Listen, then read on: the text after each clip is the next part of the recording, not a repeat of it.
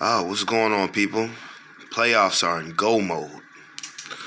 They are in go mode, and like I said yesterday on the podcast, I am fully locked in. Y'all see the Warriors?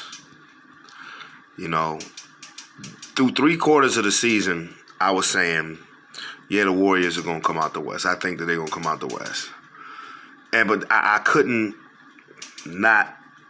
discount Phoenix any longer though. And it's not that I was discounting them. It's just that, the way the Warriors started off the season and, before the injuries to Draymond and then Steph, I was like, yeah, the Warriors look like they back to form, Because as soon as you got all three of them back, because first they started off great. Klay hadn't came back yet.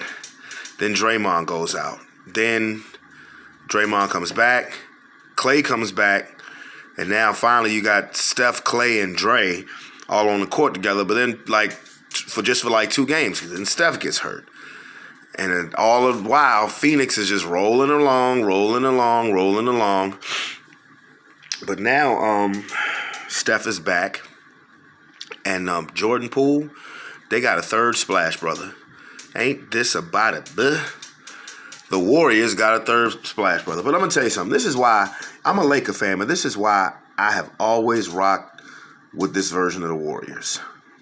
Because, for one, the core of their team is homegrown.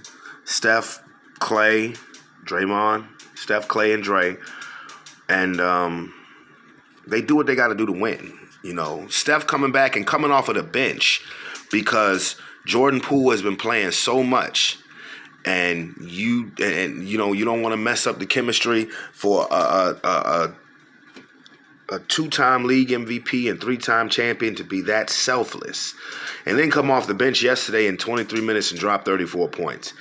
It's like I said, they got 3 Splash Brothers now. They got a third one. We've been so amazed with what we've seen from Jordan Poole, we have totally forgotten that Andrew Wiggins was a starter in the All-Star game. And it's like when I'm watching them play, the way I'm watching them play against Denver, I understand Denver is definitely undermanned, but I'm like, whoa. This is why I said during midseason, the conference championship that I want to see is Golden State and Phoenix. Because if Golden State's going to play like this, bruh, they going, they back. They back, bruh. And I know Phoenix is not Denver, but man, it is so much fun. When they explode, it is so much fun to watch. It just is. I mean, it's almost like a Showtime Laker vibe, just with a whole bunch of threes. It gives you that Showtime Laker feeling when they explode on teams, because it's up and down, running, gunning, and people, some people get offended when they see Steph clowning around. I love it. You don't want me to do it, then stop me from doing it. That's the way I look at it. Yeah. Now, I'm interested to see what's going to happen in the Eastern Conference with the Nets and the Celtics. I didn't have a problem at all with Kyrie Irving interacting with the fans the way he was, because all's fair in competition, like he said. And, and since he's a player whose play elevates when he's interacting with fans, I don't have a problem with it at all. Now, the matchup in the Western Conference that I was looking forward to the most, again, Memphis and Minnesota. Memphis got to win tonight. Memphis has to win tonight. They've been so much attention. This is what happens. This is what happens when you pay so much attention to just certain teams. If you look at the matchup for Memphis and Minnesota, Minnesota's more talented. They're more talented. What was amazing about Memphis is not only Ja Morant the best show in basketball, but how well Memphis played when he wasn't there. They were more consistent. Talent-wise, matchup, if you look at each person's lineup chart, depth chart, Minnesota's a more talented team. Memphis was just a more consistent team during the regular season. This is a bad matchup for Memphis. I'm going to be honest with you. This is a very bad matchup because you're facing a team just as young with more all-stars, with more talented players. So that's going to be fun. We shall see. You know, weekend was so much fun, though. Hey, this is a message to my brother Marcus. We was talking about basketball, all-time greats, and yes, I respect definitely what you say about LeBron James. But let me tell you something, sir. He said LeBron James is better than Magic Johnson. I'm not knocking longevity. I'm not knocking none of that stuff. And you said that Magic Johnson couldn't score like LeBron James. Yes, he could. It wasn't necessary for him to do it. And the reason why I say that, because I'm going to use Chris Paul as an example. Chris Paul is your prototypical point guard. But he is a closer, and he can close. He can score anytime he wants. He can't score as easily as Magic can because he's not, he doesn't have that size. But you see what Chris Paul can do? When you need him to drop X amount of points, you need him to close the deal. When stuff is getting a little dicey, he can do that. If Magic Johnson wanted to go and drop 50 in a game, he could drop 50 in a game. He didn't need to.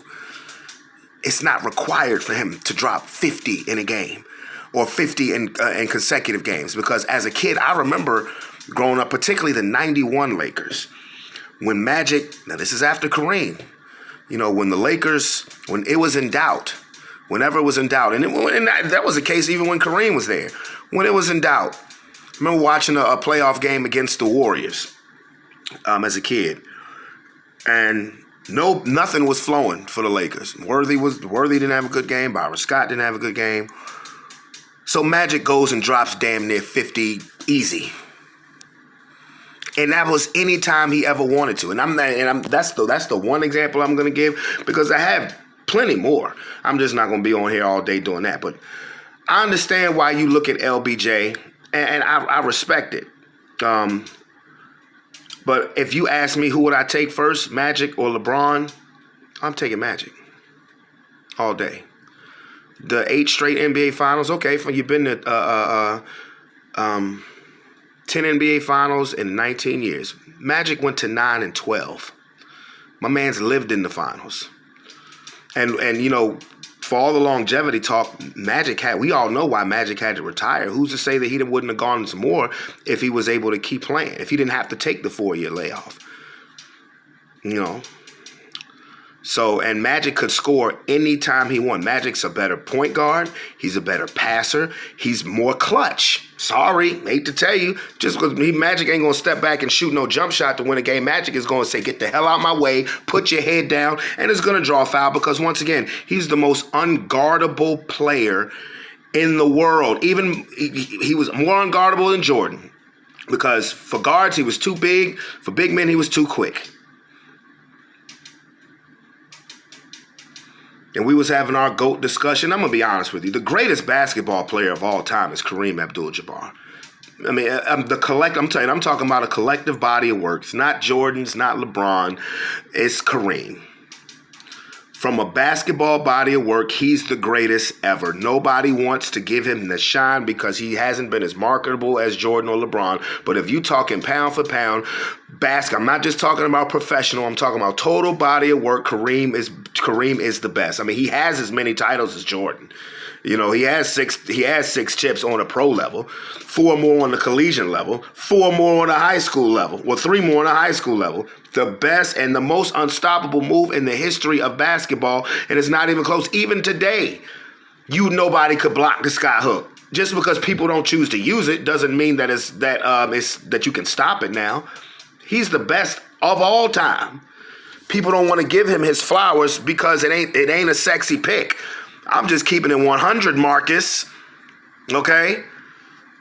Magic is better than LeBron, and Kareem is better than them all. Okay, Marcus? You're going to be on the podcast, and I will hear you out.